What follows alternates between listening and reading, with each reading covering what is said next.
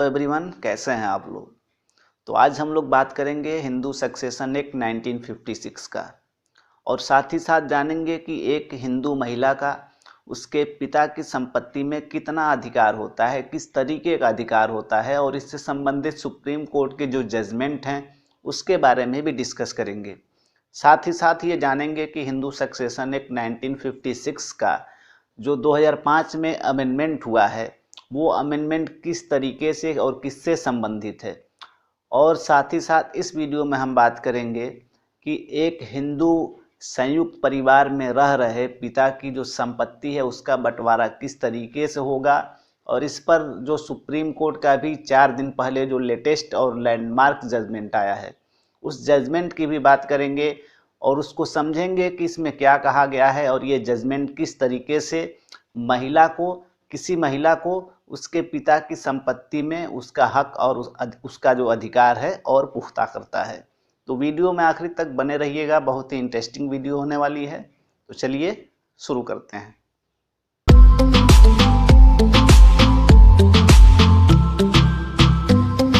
सबसे पहले हम बात कर लेते हैं हिंदू सक्सेशन एक्ट 1956 की। तो हिंदू सक्सेशन एक्ट 1956 में बेटियों को जो है पैतृक संपत्ति पर कोई अधिकार नहीं देता था, चाहे बेटी हो चाहे वो पत्नी के रूप में हो, उनका कोई अधिकार नहीं था। पैतृक संपत्ति का बंटवारा सिर्फ बेटों में किया जाता था, और ये बंटवारा जो है सर्वाइवरशिप रूल के अनुसार होता था। फर्स्ट 3 जनरेशन के जो मेल मेंबर्स होते थे उनमें उस संपत्ति का बंटवारा किया जाता था। फॉर एग्जाम्पल के तौर पे पुत्र को, फिर पौत्र को, फिर प्रपौत्र को। तो इस तरीके से संपत्ति का बंटवारा होता था। पैतृक संपत्ति पर बेटियों का कोई अधिकार नहीं देता था यह हिंदू सक्सेशन एक्ट 1956। अब इस हिंदू सक्सेशन एक्ट 1956 में 2005 में अमेंडमेंट किया गया।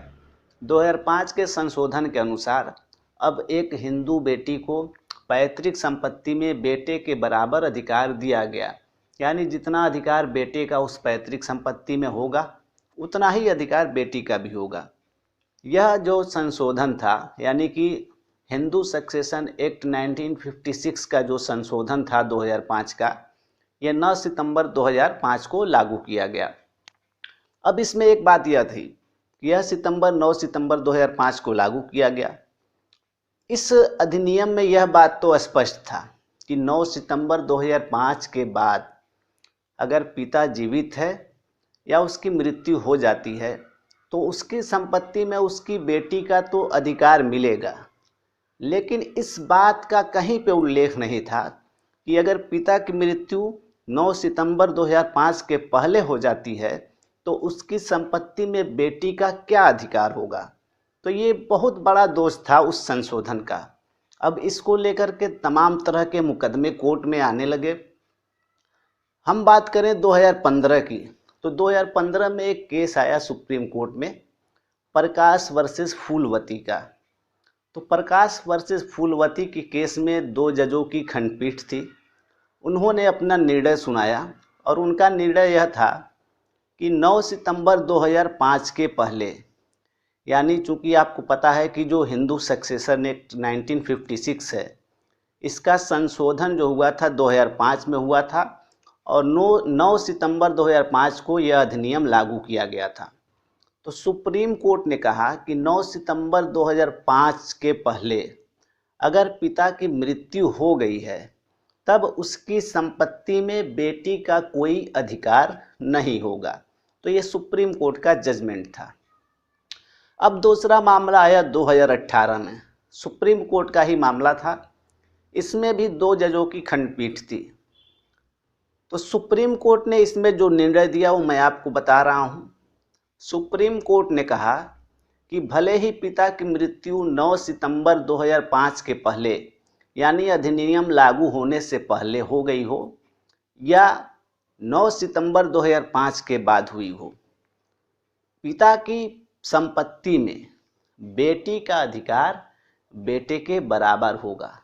भले ही बेटी का जन्म इस अधिनियम के लागू होने से पहले, यानी कि जो संशोधन अधिनियम था 2005 का, उसके पहले हुआ हो या उसके बाद हुआ हो। तो सुप्रीम कोर्ट ने साफ साफ यह कह दिया कि भले ही पिता की मृत्यु अधिनियम लागू होने के पहले यानी 9 सितंबर 2005 के पहले हुई हो या बाद हुई हो, उसकी संपत्ति में बेटी का बराबरी का दर्जा है, बराबरी का अधिकार है। तो अब ये दो जजमेंट दोनों में आपस में विरोधाभास है, कंट्राडिक्शन है। अब लोग कोर्ट को ये समझ में नहीं आ रही थी कि वो किस जजमेंट के आधार पे वो अपना निर्णय सुनाए। तो अब इसको लेकर के एक फिर नया मामला आया। बात मैं कर रहा हूँ 2020 की। तो 2020 में एक मामला आया विनीता शर्मा वर्सेज राकेश शर्मा का। तो चूंकि पहले के दो जजमेंट में आपने देखा कि 2 जजों की खंडपीठ बैठी थी, अब इसमें 3 जजों की खंडपीठ को बैठाया गया। जस्टिस अरुण मिश्रा के नेतृत्व में 3 जजों की खंडपीठ बैठी। तो ये 3 जजों की जो बेंच थी, इसने अपना निर्णय सुनाते हुए कहा था कि भले ही पिता की मृत्यु 9 सितंबर 2005 के पहले हुई हो या 9 सितंबर 2005 के बाद हुई हो, यानी संशोधन अधिनियम लागू होने के पहले हुई हो या बाद हुई हो, उसकी संपत्ति में बेटी का बराबरी का हिस्सा होता है, वो बराबरी का अधिकारी होती है। तो सुप्रीम कोर्ट ने यह भी कहा कि भले ही बेटी का जन्म 2005 के पहले हुआ हो, यानी कि यह संशोधन अधिनियम लागू होने से पहले हुआ हो या 2005 के बाद हुआ हो, तो सुप्रीम कोर्ट ने एक जो है भूतलक्षी अपना जजमेंट देते हुए फैसला दिया था। इसी जजमेंट में एक दो लाइन कोट किया था जस्टिस अरुण कुमार मिश्रा ने, जो कि आपने न्यूज़पेपरों में सुना था, देखा भी होगा, कि बेटियां हमेशा यानी बेटियां ताउम्र जो है बेटियां रहती हैं, चाहे उनकी शादी हो जाए। तो ये कोटेशन था, उन्होंने ये जो है एक लाइन उस जजमेंट में कहा था। अब हम रिसेंटली बात करते हैं। अभी 4 दिन पहले सुप्रीम कोर्ट ने एक महत्वपूर्ण जजमेंट दिया है। चूँकि हर एक जजमेंट में कुछ ना कुछ कमियां रह गई थी, तो सुप्रीम कोर्ट का ये जो लेटेस्ट जजमेंट है, उन सारे कमियों को दूर करते हुए एक लैंडमार्क जजमेंट आया है। और इस जजमेंट के 2 सवाल थे। इस लॉ में जो है, इस केस में 2 सवाल थे। सबसे पहले मैं केस का नाम बता दूं। केस है अरुणाचला गौंदेर वर्सेस पुन्नो स्वामी का। तो इसमें 2 सवाल थे। पहला सवाल ये था कि किसी हिंदू अविभाजित फैमिली में, यानी कोई संयुक्त हिंदू परिवार में एकलौती पुत्री है, उसके पिता की स्व अर्जित संपत्ति में उसका क्या अधिकार है। और दूसरा सवाल ये था कि अगर वह महिला जो बिना वसीयत मर जाती है, उसकी संपत्ति का बंटवारा किस तरीके से होगा। तो चूंकि मामला सबसे पहले मद्रास हाई कोर्ट में गया था, तो मद्रास हाई कोर्ट ने, चूंकि थोड़ा सा मैं केस लॉ के बारे में बता दूं, उस केस के बारे में बता दूं, जो पिता थे उनका कोई औलाद नहीं था, सिर्फ एक पुत्री थी, कोई पुत्र नहीं था, और वो संयुक्त परिवार में रहते थे। उन्होंने अपनी बेटी की शादी कर दी। संयुक्त परिवार में वो लोग अपने भाई के साथ रहते थे। संयुक्त परिवार में रहने के दौरान पिता की मृत्यु हो गई, उनके भाई की भी मृत्यु हो जाती है। अब उनकी जो संपत्ति है, उस संपत्ति को लेकर के विवाद उत्पन्न होता है। तो मद्रास हाई कोर्ट ने उनकी संपत्ति को, यानी पिता की संपत्ति को भतीजों में बांट दिया। यानी मद्रास हाई कोर्ट ने जजमेंट दिया कि पिता की संपत्ति पर जो है भतीजों का अधिकार होगा। अब उस मद्रास हाई कोर्ट के फैसलों को चुनौती दी गई सुप्रीम कोर्ट में। तो सुप्रीम कोर्ट ने मद्रास हाई कोर्ट के जजमेंट को पलटते हुए पिता की स्व अर्जित संपत्ति में बेटी का अधिकार उसमें दे दिया। चूँकि जो बेटी थी वो खुद जिंदा नहीं थी और उसकी तरफ से उसके वारिस मुकदमा लड़ रहे थे। कहने का मतलब यह है कि पिता की जो स्व अर्जित संपत्ति थी, एक संयुक्त परिवार में रहते थे। मद्रास हाई कोर्ट ने पिता की मृत्यु के बाद से चूँकि उनका कोई पुत्र नहीं था तो उनकी संपत्ति को उनके भतीजों में बांट दिया, उनके भतीजों को दे दिया।